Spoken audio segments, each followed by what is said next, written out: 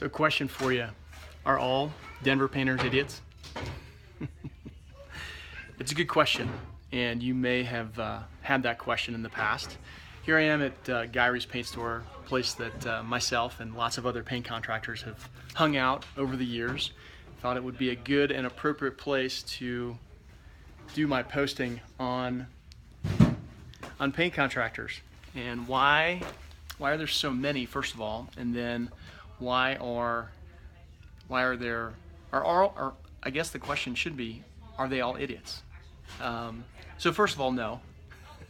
Not all Denver painters are idiots. But let me answer the question about why there are so many. First of all, there's so many paint contractors because, first of all, the barrier to entry is pretty low. If you have a paintbrush and a truck and some drop cloths and maybe a business card, maybe not, that's about all you need. And to get started, and then you get a website, but a lot of guys don't even have that. So the barrier to entry is pretty low. The skills to do painting, a lot of it is pretty low. There's some technical stuff, but to do walls and ceilings and to call yourself a paint contractor, those skills, that's pretty low. And so a lot of guys have had that experience. I mean, I think about 25% of the male population in Denver at some point in college worked as a paint contractor, or worked as a painter, I should say. So lots of people have the basic skills of what it takes.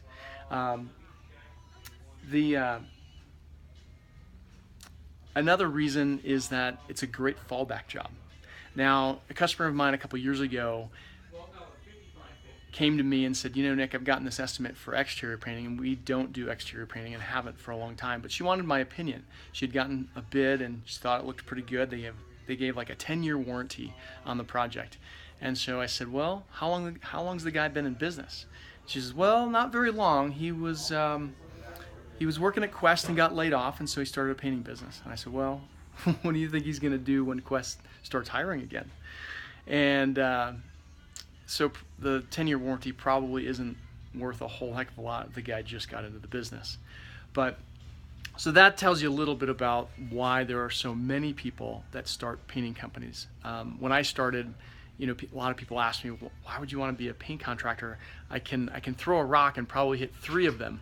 And I just said, I'm going to be different. We're gonna make people happy. We're gonna build systems, and we're gonna build a brand. But why are so many of them idiots? And I like to say that common sense is not so common. And I know that you know this because lots of people don't necessarily have so many common sense. Well, when running a business and to give good service, a lot of times it doesn't take rocket science. It really doesn't. You know, the things that I say all the time that we do as a paint contractor that make us different, it really shouldn't be that those things are what make us different. You know, we answer our phones. We call people back. We show up when we tell people we're going to show up, and so common sense just isn't quite so common. You know, guys get busy and they just think, well, I can deal with this tomorrow, and meanwhile you're waiting for an answer. Maybe you're trying to get an estimate, and that can be a frustrating process in and of itself. It's not only just getting the painting done.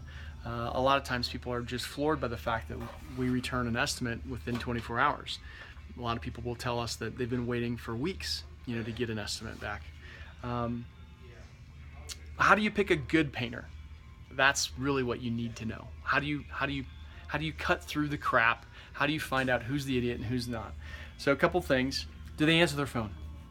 You know, it seems so simple, but if you can't get them on the phone, I'm dealing with a web designer right now to do a project for me, and we've been going back and forth for a week, and the guy that I've got working on it, kind of as a project manager, I said, you know, if it's this hard to get in touch with the guy, how hard is it going to be to get in touch with him when we have problems or when we're into the project? So if you can't get him on the phone, that's a huge telltale sign that you're going to have problems in the future. How do they show up? Not if they show up, but how do they show up? They're probably going to show up at some point. You've probably been through this. You set an appointment and they show up an hour, 2 hours early. I've heard these stories from our customers. Do they show up late? Do they show up 30 minutes late and not give a call? It drives me crazy when I have an appointment with somebody and 10 minutes after they were supposed to be at their house, I get a phone call and they say, well, I'm on the other side of town. And I feel like that there's just no excuse for that. We all have cell phones. I get that sometimes you're in an appointment and it goes long, but pick up the phone and pay attention. What kind of follow through do they have in this estimating process while you're kind of doing your due diligence? If they tell you that they're going to send you an estimate back within 24 hours, or maybe they don't say that. Maybe they just say, I'll get it back to you in a couple days. Does it take them a week? Does it take them 2 weeks? Well, that's going to tell you what kind of follow through they have. So if you have a problem and they tell you that they're going to fix it, how fast, if at all, are they going to fix it? And then the last thing that I like to talk about is the dinner test. Now this might sound a little weird, but would you have this person over for dinner and have dinner with them at your dining room table? And you might think, well, why would I do that? Why would that even be an issue? Well, you're going to entrust this person to most likely your whole entire house. There's nothing more intimate that happens than when you hire a paint contractor. I mean, I know, because I've moved the stuff. I've moved the